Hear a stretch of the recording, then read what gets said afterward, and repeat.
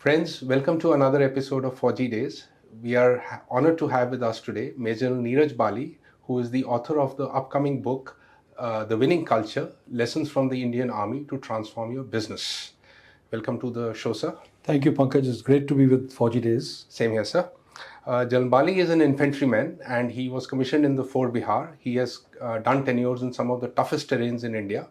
He was commanding a Rashtriya Rifles battalion in Jammu and Kashmir and was awarded the Sena Medal. More about him as we proceed with our conversation.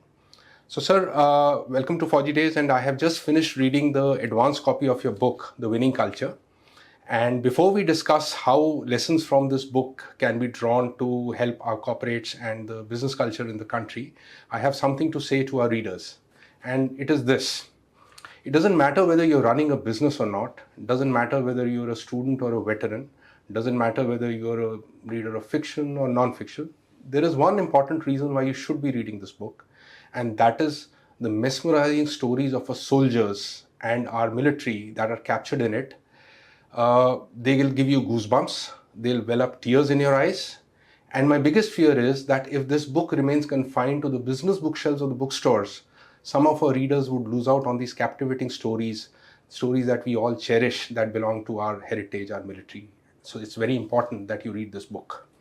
So, sir, coming back to our conversation, let me start by asking that most mundane of questions that every author is asked. What inspired you to write this book?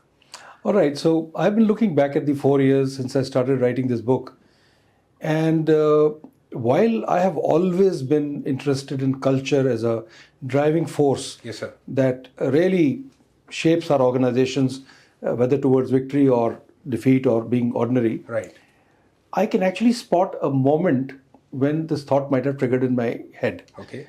I'd gone to IIM Ahmedabad to deliver a talk, yes, sir, a couple of years before that, and at the end of the talk, one very smart student got up and said, "How is it that you guys in the army are so different from us? Okay. You come from the same demographic as us, same parenting, same True. backgrounds, True. but you are willing to die without having bonuses at the end of the year. What is it that changes you?" Now, I've asked this question in many forums to people. Correct. I always get a wrong answer. Okay. And the answer is, you are more patriotic than us. That's not true. Okay. Everybody outside the army is as patriotic as everyone in the army. You're right. So, as a matter of fact, I never heard of this word Yes. during the 4 decades that I was in uniform. Yes. The short answer to this question is that every organization, every club, every company, every political party, every family Yes. has a culture. Right. You can grow that culture thoughtfully, Right. or it'll grow like, weed in your lawns. Right. Right. But you will have a culture. Right. And that culture silently, collectively drives us Correct. to do things that we cannot imagine that we can do. True. True. That's the difference. And that is what triggered in my mind Right. as to, could it be that there is something to be said to the world outside, Right. which may have applicability to everybody else's lives? It would. So Yes. that's how this whole idea came to my mind. Great, sir. But then the question arises, sir, that the culture of the environment of the military is so different from the corporate world. No one thinks that he is joining a corporation or a company for life.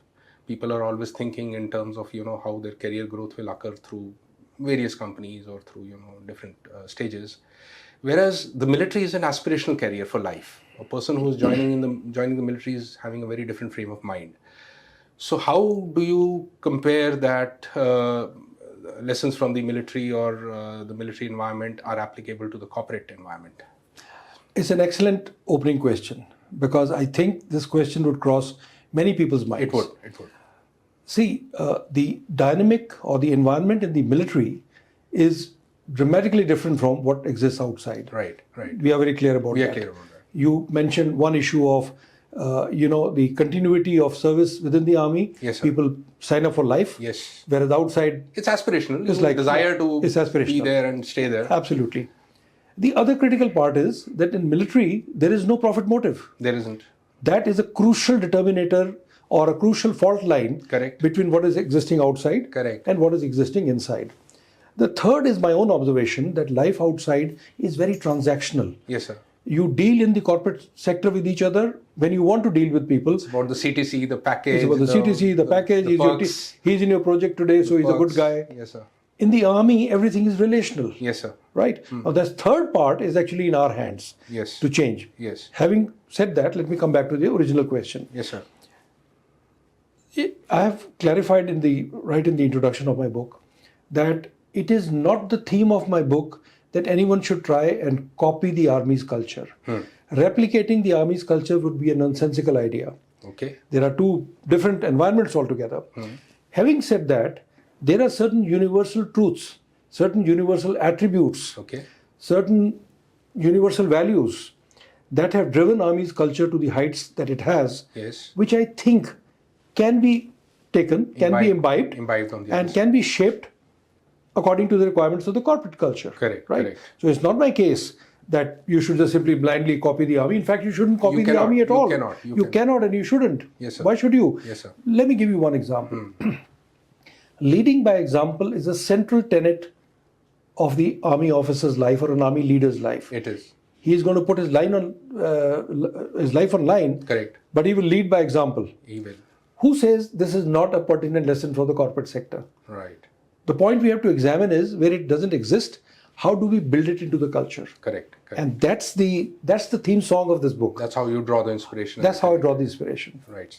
So in the book, there is a very curiously titled chapter called "Why Are Officers Dying?" And you have collected statistics and data to arrive at a certain conclusion. So would you share with our viewers what that point is that you're trying to make there? Absolutely. So the second chapter is called, like you said, Why Are Officers Dying? See, back when I was a colonel, after I had commanded a Rashtriya Rifles battalion, I was again summoned and I became a staff officer in Srinagar, coordinating the anti-terrorist operations or counter-insurgency operations, as we called it then. Right. Now that gave me an insight on both sides of the aisle. As a commander in the field and someone on the ground. You have an overview of how everyone is. So I've got a strategic overview now. Yes. And I had a tactical overview. Right. In one of my analysis, something struck me. How is it that whenever you read a news item or you get information from Kashmir or elsewhere, it says 1 officer, 2 soldiers injured, or 1 officer, 1 soldier dead, or 1 officer, 3, whatever. Yes. Why is there always an officer in the mix? Officer involved. True. When the ratio of officers and the soldiers shouldn't determine this kind of statistic. Right. So I dug deep into that, and the short answer to the question I found is that irrespective of what we are taught in terms of tactics, our young officers, and I'm saying right up to the rank of colonel, want to physically lead from the front. They want to physically protect the men that they are commanding. True. Is it a good thing? Is it a bad thing to have so many casualties? The jury's out. I'm not going to comment on that. But they want to do it physically, and they want to do it physically because there is this element of Army's culture that every corporate sector company should latch on to, and that is this. You are most motivated when you feel protected in an environment. Correct. Everybody wants to feel safe.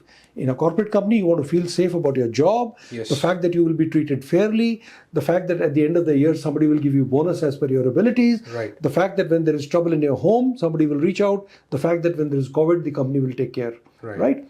The equivalent of that in the army is we are protecting the soldiers' lives, physically their lives. Right. And that is why leading from the front or leading by example became that chapter. Why Are Officers Dying? And would you say that this is something unique to our army? Or do armies across the world follow similar patterns? I think armies across the world would be following the same pattern, because when you are expecting somebody else to, because one of the things that has been highlighted in the press often is that at least the Pakistani army does not lead by example in this fashion. Their officers are not in the front.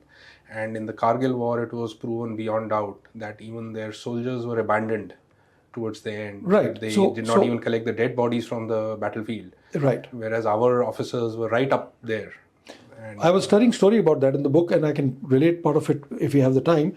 But let me tell you something. I've had the occasion to attend a study program in a think tank in US with 3 Pakistani officers. Serving officers. And I was a serving officer. And I saw their thinking and their approach. And I'm not saying this because they're Pakistanis or we consider them enemies. I'm saying this as a professional. I think being in power has corrupted them. I think they are not the same people as us. Right. I'm talking about Indian Army officers. So again, it boils down to culture again. It's again boils down to culture. They don't have the culture we have. Absolutely. So if you see in one of the stories where two Rajrif captured Tololing, you would find that the officer who managed to get away, Right. his hut had a music system and had chocolates and had stuff. Wow. The men were living in really terrible conditions. Hard conditions, yeah. Right. Yeah. The point you made about they're not accepting their bodies or Right. the mortal remains, we don't even call bodies Right. in our case. Correct. The mortal remains of the soldiers is a very telling point. Right. Is a very telling point. I don't know how they maintain morale in an army where don't care the for very the soldiers who are your family members are not accepted for whatever reasons they do. Let me end this with, give you a contrast. There's a story about a gentleman by the name of Major Mohit Saxena to Rajrif. Right. He is now a brigadier. I interviewed him extensively. I researched by interviewing people on Zoom. Right. And I took down the entire story as it happened on a particular night when they were attacking Lone Hill. Okay. And when it came to talking about the casualties of his men of those days, 23 years later, Brigadier Saxena broke into tears. Okay. Today, Right. 23 years later, yeah. he said, I felt helpless as a youngster because they are my kids. Right. I had to help them. Right. And I didn't know at middle of the night, what should I do? I'm just citing this That is the extent as of the to bond. the extent of our attachment, Yes. our fellow feeling, and the way we are. And this is, whatever I say, Pankaj, today is not to tom the Indian Army's virtues. Absolutely. That's not my goal. Right. It is there for everyone to see what the Army does or doesn't do. True, sir. All right. But it is to make a point that this is the culture that silently drives us to do such heroic things and such touching things where we feel attached to the people we command. I know you cannot probably do the same thing in the corporate sector to this level, but I think my one takeaway would be, let's all stop thinking about being transactional. Let's start building a little relational equations with the people we command in the corporate companies. Correct, sir. The benefits are going to be phenomenal. Phenomenal.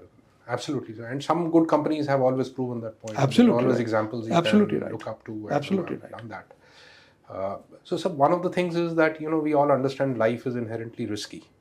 You could be crossing a road and that's a risk.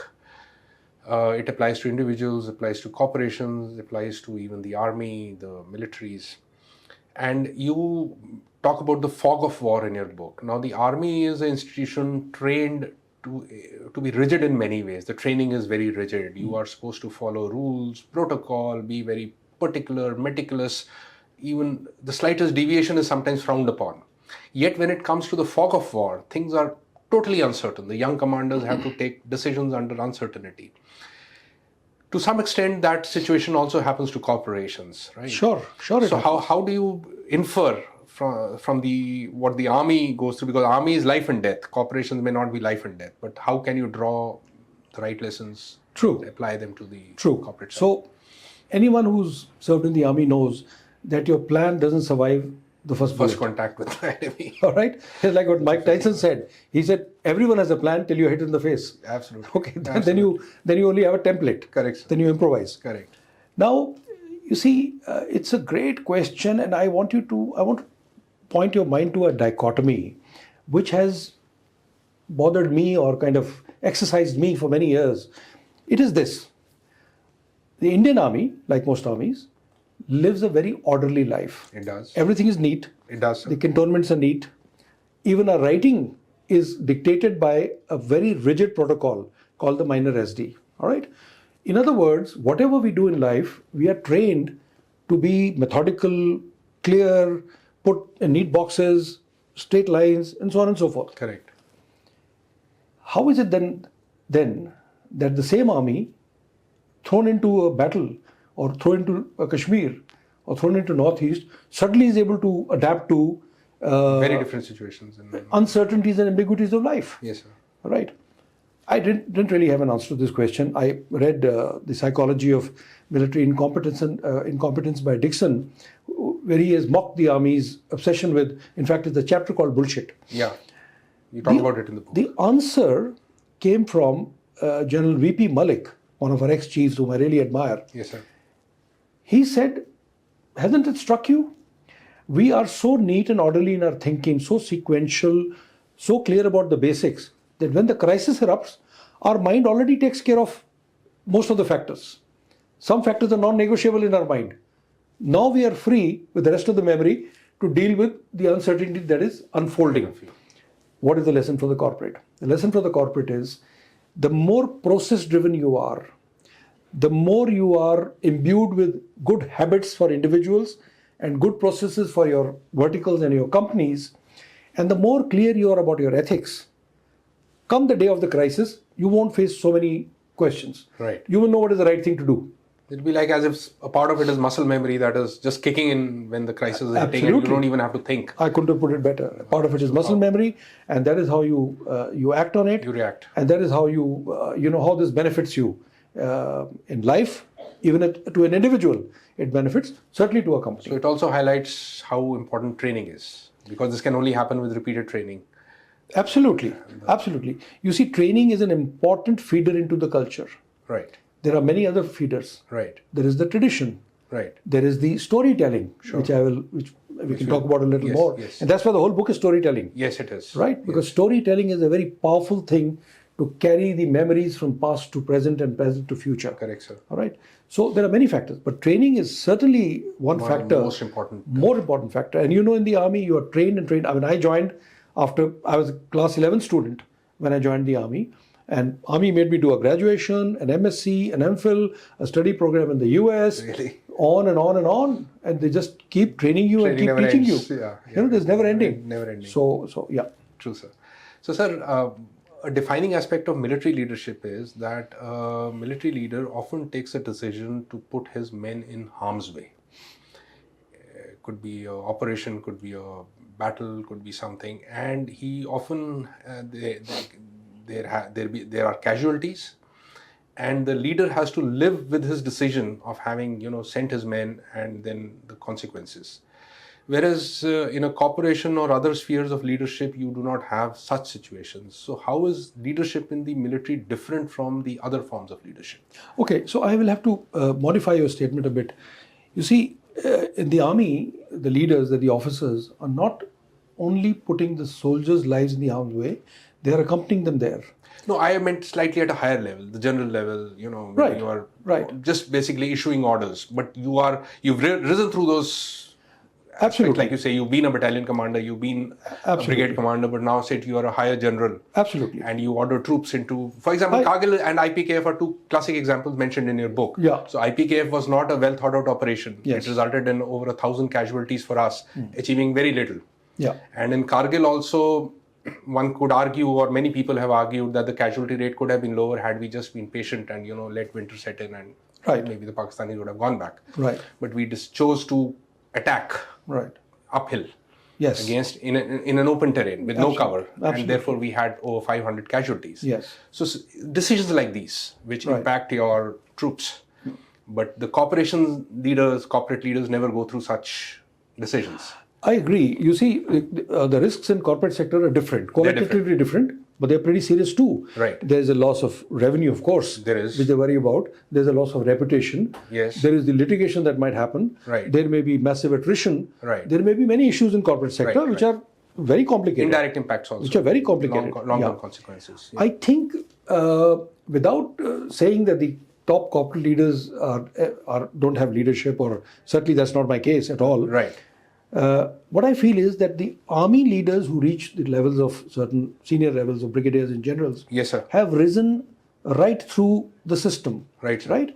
And having risen through the system, the culture teaches them never to abandon the soldiers whom they're ordering, whatever they're ordering them to do. Correct, sir. They continue to protect them. Right. In variety of ways. Right, sir. The soldiers are, of course, never put into harm's way without thinking. That goes without saying. Right. But a soldier knows that if he's injured, the army's culture is such that he will never be abandoned in the battlefield. Okay. When he's dead, his family will never be abandoned. They will be taken care of, other than what the government does. Correct, sir. The armies will continue to stay in touch. Right, okay. sir. So there is a cultural thing to it where no matter how far you are from decision making, you are continuing to protect, you're continuing to make them feel safe. Which actually brings me to my next question, and that is that the Indian Army or the Indian military in general ensures that the families become an inseparable part of the military. So if there is a commanding officer leading troops, then there is the CO's spouse who is equally responsible for the welfare of the families of the troops. And this goes up all the way to the chain of command, where even the army commander's wife, for example, would be equally interested in the welfare of the troops below, the families below, and so on and so forth. So, but this is not seen in the civilian world. It is not seen in the corporate culture. So again, is there something to be learned from here? The way the army treats the families of its... It's this view may not sit well with many people, because they'll say, you guys are different and we are different. I think the corporate sector is missing a major trick by not integrating families into their system. Okay. The argument sometimes is that, but our people work for only a couple of years, then they go away. Right. Sure, people move in the army too, from unit to unit, right? In the army, the family is treated as part of the whole system. One small example, there is hardly any socializing. In fact, I don't think there's any socializing where families are not involved. Right. In the corporate sector, there is no socializing where the family is involved. It is just the vertical goes out for a drink, right, and things like that. Right.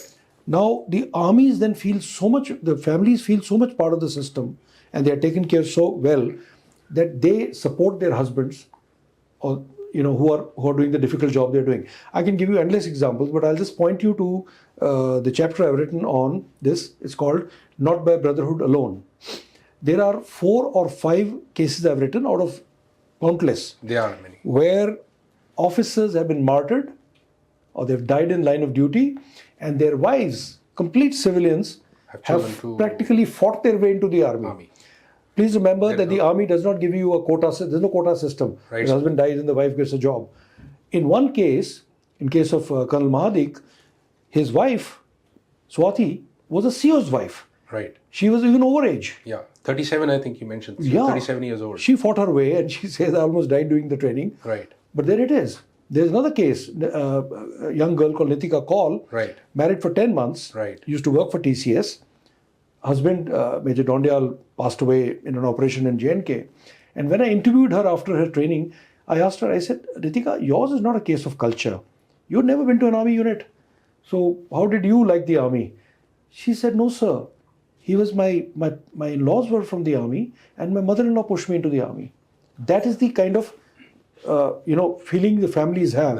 Which other organization can you count, you can tell me, where you lose your child or your husband, and you want to serve, and now you want to support that organization further? Yeah. It just tells you what you really feel about how the organization is taking care of you. You're absolutely right. In fact, I remember an interview I was doing with General Cardozo, and he mentioned that a Gurkha soldier had died in the line of duty.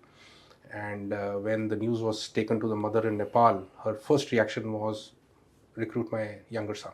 Yes. And let him serve in place of his brother. Yes. And, carry forward the legacy. I have a coastmate called Wing Commander Gish, Kumar, very senior pilot with Indigo, and his wife Meghna. They become very famous now, and because Meghna is pushing a particular cause. Their only son Akshay died in line of duty. And ever since that day, and Akshay didn't even get a medal, by the way. Right. It's not like he got a great gallantry medal and things. No. Ever since that day, they have opened an NGO, and they are helping those dispossessed children or those who don't have enough wherewithal on joining the army. Absolutely. That's what it tells you. This is how the attachment is. By the way, you mentioned IPKF. I'm sure you know, with your great knowledge of military history, that one of the first battalions that went there was 13 Siklai. Yes, sir. They had a lot of casualties, 60 plus. They did. In one case, they lost the whole platoon in the university attack, and one soldier survived, Gora Singh. Gora Singh is not an old man living in Punjab, and the same Wing Commander Girish and his wife Meghna heard about him, and they heard that he didn't have a house. Right. They collected money, they've gone to Punjab, built a house for him. That is and Gora Singh has nothing to do with Girish or Meghna. True, sir. So if this is the kind of attachment you can develop, or the spirit you can develop, what has corporate sector got to lose and everything to gain if you start integrating families into their system? Absolutely. I fully agree with you. So, sir, while you were in the US, you have been mentoring brigades in US and India. You've lectured at the Army War College, you've lectured at the Defense Services Staff College, you've lectured at the Infantry School, Maho. How different is it when you now mentor corporate executives? And what is it in the boardrooms that you would want to say that what they should be learning or picking up in terms of cultural traits that would really help them? Okay. Few pointers. Great. First, let me start with the strengths of the corporate sector that we have. Right, sir. Our corporate sector, by and large, is innovative. They exist in an environment where they really have to, fight their way through. Correct. They have all sorts of challenges. They have. Even if you have a big company, your challenges are coming from guys who are sitting in a garage. Yes. So you are fighting an asymmetric warfare all the time. Yes. That their focus on the profit motive makes them efficient. Not just effective, but also efficient. Right. Their expenditure of resources vis-a-vis what they bring out. Which in the army's case may not be equally true. Not be equally true. I thought it would be heretical to say it, but you said it, and I agree. Understand that. I fully agree. That's the second part. Right. Third is, both my kids are in fact, all four, if you count my daughter-in-laws, are in the corporate sector. My son runs a company. Okay. I think the amount of dedication and hard work, and to the detriment of family life balance that the corporate sector does, we didn't do. True. All right? True. So these are some of the strengths that you're willing to work hard. Right. But what should I tell them on the flip side? Right, sir. There are actually 7 chapters on that. Right. First thing is, and I'm not going to talk about all 7. Right, sir. First thing is, culture matters. Yes. Do not talk about it as if it is something you want to put on a poster, on a colorful poster, splash on the wall, or you're going to speak from the pulpit. Right. Words don't matter. No, words are cheap. Correct, sir. What you actually do matters. Right. Your culture matters. It's a force multiplier. It can make your business go up to the next level, many X, if you focus on the culture part. Right, sir. That is the first thing. Second, stop being transactional.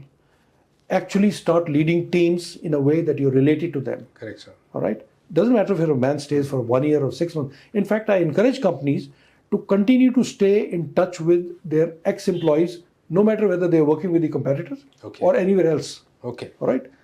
Build a culture where people are cared for. 3, always prop up those who lead by example. Right. And the last and the fourth lesson is, again, sometimes I'm surprised that many people don't understand this. Do not treat all mistakes made by your team in the same fashion. Right. There are mistakes of judgment. Yes. Please overlook them.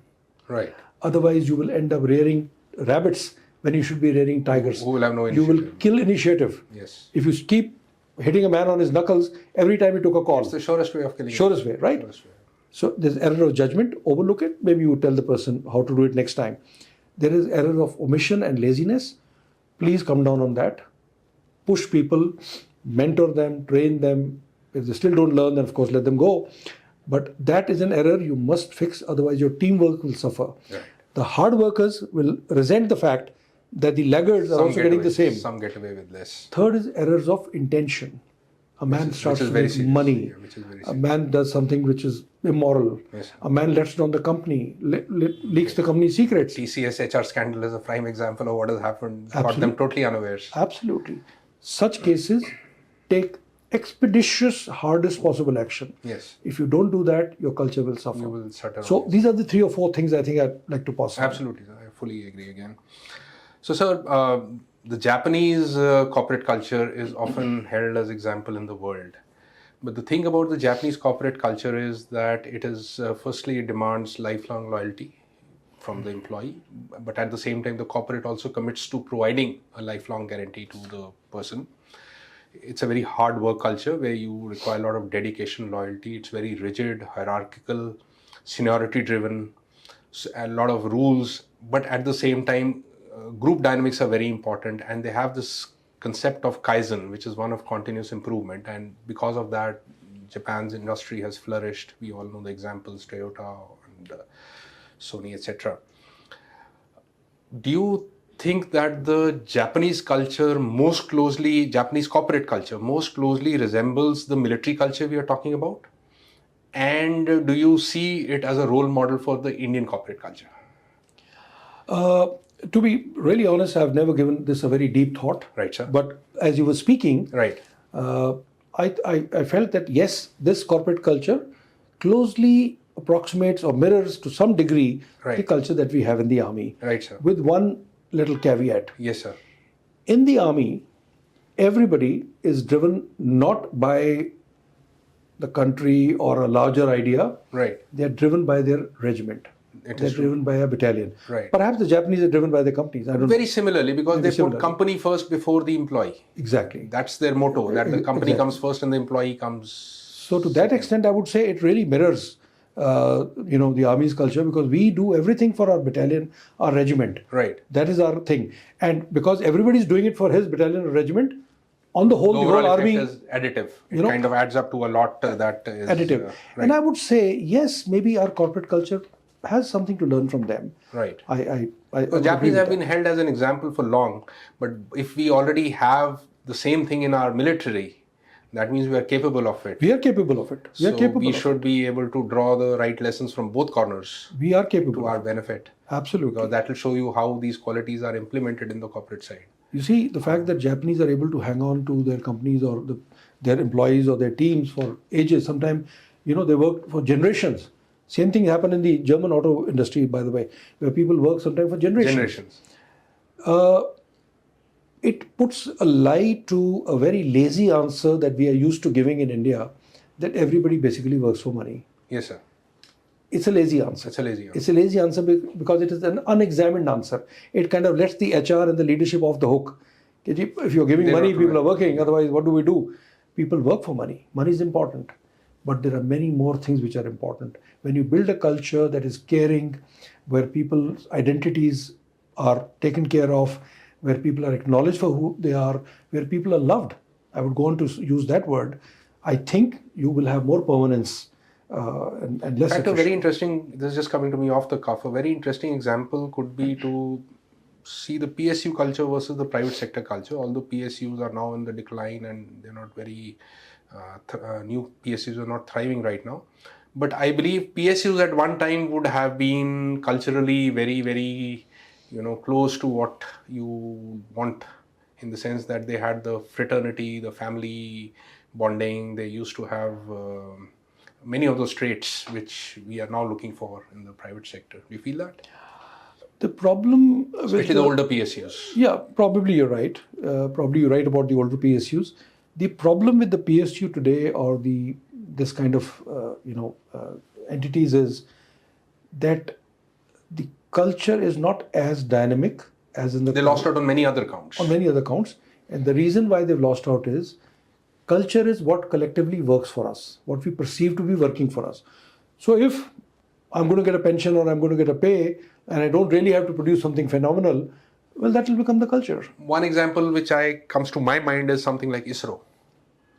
Oh yes, that's an outlier. ISRO is an outlier. It's a breakout. That's absolutely an outlier. In terms of, and it has always been admired for its culture more than anything else. I fully agree with that. I think we should all admire the women scientists over there, absolutely. Their achievements, the way they share the glory that they have achieved, way everyone is taken on board, the way they have done scientific breakthroughs. I mean, ISRO is one very, very great example we have. I fully agree with that. I fully agree with that. I think ISRO is an admirable culture to talk about and to learn from. Yes, sir. Coming to now a purely military question, sir. Mm-hmm. The nature of warfare is changing a lot in the world. You have just seen the examples even in the recent Israel-Hamas outbreak or the Russo-Ukrainian war. Drones have gained a lot of importance. You have remote warfare, UAVs, robotics, you have cyber attacks. The direct involvement of boots on the ground, although Ukraine is a mix of both, but at least it's changing over the world. And on the other side also, your enemy is changing. So it's no longer about armies belonging to nation states. It's more about fighting grey zone warfare, organizations which have a lot of access. You have private military contractors with the US uses in a big way. You had the Blackwater thing in Iraq. You had Wagner in Russia. Yeah. So you're no longer fighting on the same plane also, right? And you're fighting a very different war today. So how will this impact? How do you see the culture of the Indian Army or the Indian Armed Forces evolving over the next decade or two? Okay, so that's an interesting question. And there is one element of warfare, or one big element, which seems to be shifting towards remote fighting and drones and so on and so forth, where your physical involvement or your physical courage or absent is not really being tested. Yes. So it's more of your ethical or your Yes. moral courage, and all of that is being tested. Yeah. Having said that, I do not foresee any circumstance Right. where the boots on the ground element Right, sir. will completely disappear or will diminish to a degree that we don't require any more people to go and attack in the end and mop up. Right. So I think many elements of the culture must remain the way they are. Right. But yes, the jury is still out on the other issue Right, sir. of what about the people, for example, you were talking to me before the interview. Yes. What about the people who are guiding drones from a distance? Yes, sir. And are still being... So you're a pilot sitting 10,000 miles away Yeah. and shoving bombs on a different country where you don't even know, you're just given a target and a coordinate. Yeah. And yet you are a pilot of sorts. You're a pilot. So and you are a recognized military officer and you're even being awarded in some cases. Right. But you're taking zero risk. There's no risk. Right. So how does that change a soldier's profile and the culture then? No, of the certainly that will organization? change the profile. I think smart armies would ensure that people who do this kind of remote fighting have had the experience of putting boots on the ground first. Right. So that you are clear about the not What just it entails. what it entails, Yes. the ethics of it, Yes. what exactly you're hurting. Right. Otherwise, words like collateral damage, which in the Indian Army are so often repeated. Yes, sir. We are so often warned against collateral damage. Yes, sir. Will disappear for such people. Yes, sir. It just wouldn't really matter. Right, sir. Yeah. Another important question concerning our military culture is this whole recent developments related to our colonial inheritance from the British Indian Army. So, for example, the Indian Navy just announced that we'll do away with batons. And then they are thinking about refashioning mess uniforms. And the same thoughts are now prevailing in the Army and the Air Force also. The veteran community has been quite agitated with these things because they feel that at least certain colonial practices bind the Army very strongly, and they are important cultural artifacts of ours which need to be preserved. So what is your thought on it? How do you see our colonial inheritance and what's happening today? All right. I was teaching in Staff College in Wellington, and during one of the tutorials, a student got up and asked me a similar question. Right. He said, why are we following the British? Why are the British practices in the mess? Right. Why? We are Indians. Right. Okay. Besides the fact, I asked him, if you were to define what an Indian tradition is, Right. or how exactly do we dine, for example, Correct. to take it to a Because ridiculous we have level. so many different traditions anyway. So many traditions. Yeah. Which tradition are you going to follow? Yeah. Besides that, Yeah. the correct thing to question in this is, are they really colonial practices, or have we now mastered them and owned it as our practices? Our practices. Is English a language of the British? Exactly. Or is it a English language another of our major language? Indian language, yeah. We speak it better than them. Yeah. Who would say a country that has an MP called Shashi Tharoor, Yeah. who would say Yeah. that English is not our language? Yeah. All right? Yeah. Is cricket the Englishman's game? Right. We're thrashing everybody. Yes. Should we give it up and say colonial practice? Colonial practice, yeah. I think we should not throw the baby with the bathwater. Right. Selectively, you can decide that certain practices are not, in tune with our present system. Yes, For sir. example, you may feel the system of having only an officer's mess and a JCO's mess is not egalitarian enough. People are aspiring, let's have an NCO's mess instead of an NCO's club. Correct. You can change the system like that. Correct. But to start changing just because we call it colonial Right. would be laughable. It's an They're overkill. not colonial. Right. That we cannot suffer from this kind of a thought Right. that somehow these belong to someone else. Right. They don't. They don't. We own it. They are ours. We own cricket. We own English. We own technology. We own IT. What are we going to do? Yeah. Call this as colonial? Absolutely. Yeah, I see your point. Another similar impact is coming from the consequences of implementation of the Agniveer scheme. So the thought there is that these are soldiers who are coming with a very limited aim. They know that they are going to serve for a very short period of time. And with the training is also being curtailed, the training period. They have no time to form a bond. Our regimental system works over time. You imbibe a person into your regiment, and then gradually he takes ownership of being part of that. But the Agniveer is very clear, he's leaving in 4 years, Yes. barring 25% of them. So one sees a major impact of the Agniveer on our army's culture down the line. It may not be visible today, Right. but definitely in 5 years, 10 years time, that impact will be seen. So again, what are your thoughts on that, sir? Okay, so first of all, let me begin with a caveat that I'm a believer. Right. I'm never cynical about new things being tried out. Right. To that extent, I would say, if powers have decided to do something new, Right. all right, let's give it time. Let's see how this works. Right. I think the real reasons are also... The problem is it has not been tried as an experiment. It has been rolled out ab I'm initio across the absolutely- board. I'm absolutely coming to If it had- that point. Yeah, yeah. This is the thought that resonates with me. Right. You see, probably one of the important reasons why Agniveer came in is because we don't want to have a large pay and pension bill, Right. which is a very reasonable, valid But thought. even that point has been debated whether it is actually Okay, going to be an all impact right. or not. So we can debate that. Yeah. But having said that, what my hope is, this is jury is out. We don't know what will We happen don't after know. 4 years. We don't know. What my hope is that for the first 4 years, all these people who have come in Right. will compete to be retained. They will follow the culture and the rules and the traditions of the army. Right. All right. Right. After that, the ones who are absorbed in any case will remain in the army. Right, right, If the people who will go out will go out. True. And I think our culture, our leadership, our traditions are strong enough to take care of a small bunch of people who Right. are there in every battalion, Right. and to mold them at least for those 4 years. Right. Okay, that's my hope. Right. That's my fondest hope. Right. Having said that, like I said, the jury is out. Jury is out. I absolutely agree with you. I wish we had done a little choda experiment Right. and seen, but now that it's there with us, Correct, sir.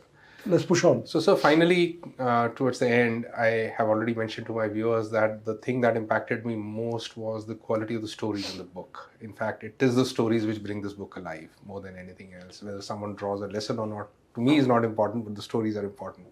So, why don't you share with us at least one story from the book? All right. So you're right.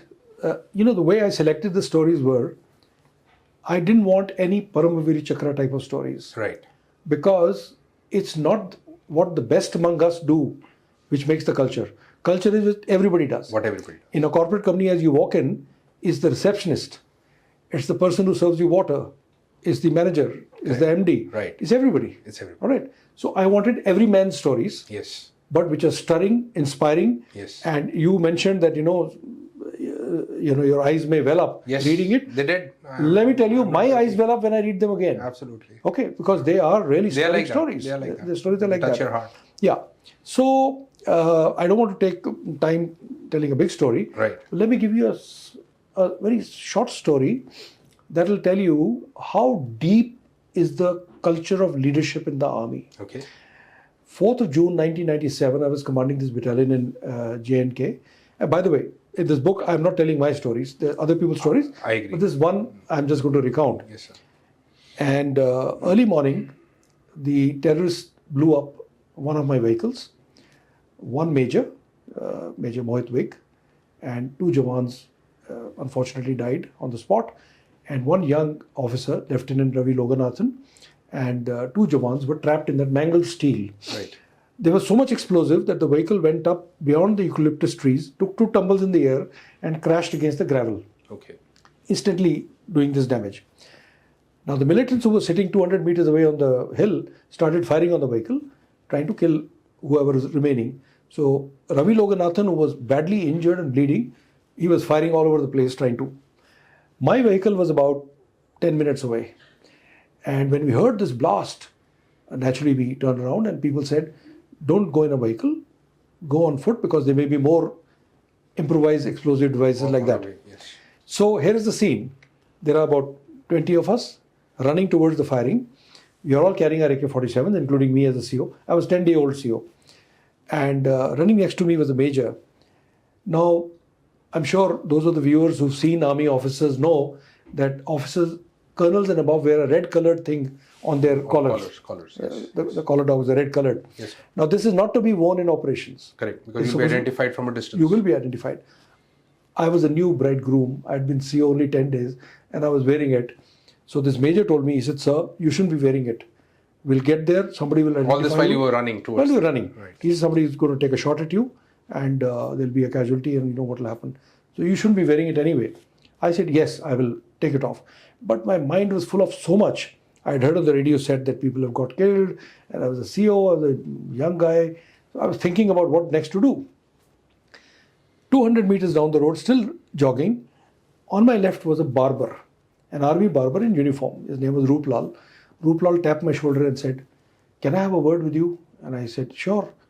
He said, "Sir, what that major said was absolutely right. There's no bravery in what you do, wearing these red colored things. It's not even allowed.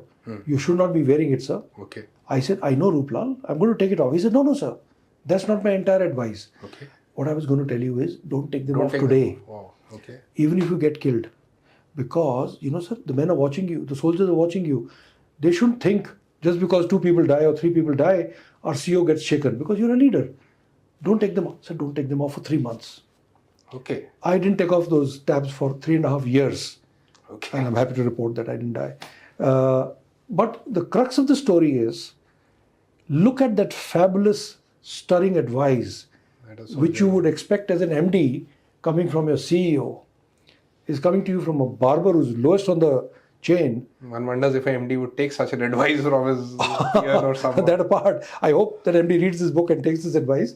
But the fact is, Yeah. and people used to ask me later on, "Why are you wearing this?" And I said, "Rooplal told me," and I'm just sort of, I'm going to honor him for 3 years. Let's see what happens. So that's the story. Fantastic. Fantastic. So, sir, now we have a set of questions. We call it rapid fire. Oh. Where you have to give us either a one word or a one line answer. And we make it quick All right. and lead to the end of the interview. So, sir, to begin, your favorite military leader who exemplifies the highest standard of culture. Sam Shaw. Great. The military course, school, or institution you think best ingrains culture. Defense Services Staff College. Right. Which military do you admire the most apart from the Indian military? US Army. US Army? I worked with them and I think they're pretty good. Right. Which Indian company do you admire the most? Aha. There would be several. So I could start with, of course, the whole Tata Group, for example, Right. is one. Infosys. Okay. Then there is Kirloskar Brothers. I've Right. known them closely. Right. I admire them.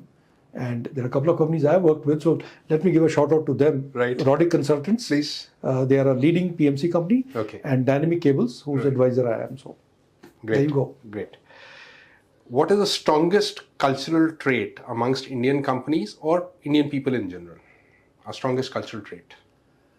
The strongest cultural trait, I think, is that we are more relational. Okay. Are you talking about the corporate companies? Either way. Either Either way. corporate or Yeah, as people. People basically, deep inside, are more relational. They want to be relational. Right. Okay, that's how we brought up. Right. That's what the middle class culture is. Right. Okay, Right. we are not purely transactional. Even a stranger comes to your house, Yeah. you're going to take care of that person. Yeah. Somehow we tend to lose it Yeah. when we start going into a job. Yes. And by the same logic, what is our weakest cultural trait, either as people or as corporates? I think we don't mean what we say. Okay. Neeraj Chaudhary, a leading intellectual, had written a book called The Continent of Sirs. Okay. And there was a chapter in that in which he said, it was an advice to the Western guys. He said, Indians are like, they have 2 faces of Janus. Yeah. Janus is the Greek god. Yes, yes. One this side and one the other side. Yes. He said, we don't mean what we say. In fact, sorry, I'm interrupting. Yeah. This cultural trait is even distinguished between North Indians and the West and the South. Probably is. You General see, feeling is that North Indians Absolutely. have a bigger double face, you might say, than say, I fully agree. the South And Indians. I don't say this in a disparaging way. right. God knows. It has just got into our system. Right. So somebody comes to your house, you'll ask, so aap phir aana ji? And you know he's don't not mean going to it. come. You don't mean And it. that guy knows he's not going to come, but he'll say, aapke nahi aayenge to kiske aayenge? Words don't mean to us the same thing as they mean in the West. Yes, yes, Right? yes. We are not forthright. If you call someone and says, ghar aana, and he says, I don't think I'll be able to come, you feel insulted. Yeah. Well, he's telling you the truth. Yeah. Okay, so I think words must carry more weight, More weight. with us. And on a side note then, do you think corruption is a cultural trait? Is it a cultural thing or not? No, I it's don't think corruption is a cultural trait. Otherwise, if it was, I don't think I'd be praising the army sitting here. Right. The next question, sir. The regimental war cry of the Bihar regiment. There are since we have two types of troops, Okay. so we say two. Okay. Birsa Munda ki Jai Okay. and Bajrang Bali ki Jai. So there are two different There are ones. two war cries because, that the Bihar regiment uses. Yeah, because there is, we've had traditionally troops from what is now Bihar Right. and Adivasis from Jharkhand and other places Other also. areas. Yeah. Right, sir. Great. Is this the only regiment in the Indian Army having two war cries, or are there others? No, I'm sure there are others. There are I'm sure others there are others. who have Yeah, more than one I'm war positive. cry. Right. Your favorite personal weapon? 10. Okay. No. On a laptop. While you were in the service? Well, I think AK-47. AK-47 is fabulous. Right. You know, I've had after other using- generals say this. After using 7.62 and 5.56, Right. for which I was a trial officer, by the way. I spent time in Ishapur Right. rifle factory when the weapon was still being tested. Right. But AK-47 was fabulous. It did the job it had to do at 200 meters or 300 meters or less. It was fabulous. Great. Your favorite food? Chinese, probably. Okay. Yeah. Very, very dangerous. Very risky. Yeah, very risky. And I must tell you that it has become such a joke in my family Yeah. that for the last couple of years we never had Chinese food because everyone says, Wow. Dad's going to say Chinese, so let's get Let's have something North else." Indian. Let's get North Indian. Yeah. Right. And your fondest or your most challenging tenure while in service? J&K. Okay. When I commanded the battalion, Right. it was the most fabulous time I had, and I'm not saying it as a cliche. Right. We did well. Right. The unit did very well. We were the most successful counterinsurgency battalion for 2 years, Right. as told to me by corps commanders. Right. I did fine. Right. The reason why I did well, or Right. not why I did well, the reason why I call it my, best tenure is this. When I was going to command, Right. I was full of doubts. Okay. I had talked about leadership and stuff all my life. But there is a part of your personality which you are not aware of, which can only come out under pressure. Right. Right. Right. And I had not been put under that pressure of seeing people die, Correct. of having to fire at somebody and seeing somebody's brains fall out, Correct. or taking decisions which put your men in, So when I landed there, a very wise brigade commander who interviewed me, he said, I don't know whether you'll do well or you'll do badly or you'll do like average. I don't know. But at the end of this tenure, you'll discover who you are. Right. Very insightful. It's a journey of discovery where you finally get validated for your thoughts on leadership, of your ability to take decisions, of dealing with other human beings, of empathy, which you cannot have unless you've been put under pressure. It's a bit like saying, I've never taken a bribe. No one's given you a bribe so far. Right. Unless you face a bribe. You don't know whether you'll accept you don't know whether you'll accept it or not. So that self-discovery for me Yes. was extremely, Happened. extremely important. And it was 3.5 years. So I cherish that time. Correct. Thank you, sir. It was a pleasure and an honor to have you on the show. And we once again would recommend to everybody that this is the book you should be reading for the stories that it contains, for the inspiration you can draw for it. The soldiers who have done so much for us, it's all there. And thank you, General Bali, for having written it. Thank you very much. And I just want to make one comment Yes, before sir. we Yes, sir. wind up. So, fortunately, there are about 10 people who have endorsed the book, Right. Mostly from business world, Right. and General Malik, of Right. course, and Shekhar Gupta of the print. The one I cherish the most out of these, this is right here on top of the book here, Subroto Bagchi, who was the founder of Mindtree, Mindtree, yes. a highly successful company. I don't know Subroto Bagchi from Adam. Somebody gave me his email ID. I wrote to him and he said, I will consider endorsing your book, provided I like it, Okay. and provided I read the whole book. Right. So I sent him the entire manuscript. Right. It delayed our launch, Okay. but I waited. The day he finished reading the book, he wrote me an email, and I'm going to quote almost word to word. That evening I got an email from him. It said, I wish I had your life. I wish I had written this book. Okay.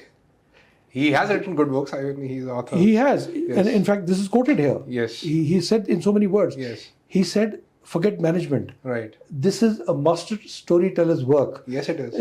So coming from someone like that, I mean, I'm not trying to thumb my back. No, I would endorse his opinion. totally. Storytelling is something my family has accused me for all my life. Right. You are just a storyteller. So, I wish but everybody I really would. cherish that. Great, sir. Great. Thank you and for coming on the show. And we are so happy that we had this talk. And Jai Hind. Thank you, Pankaj. Jai Hind. Yes.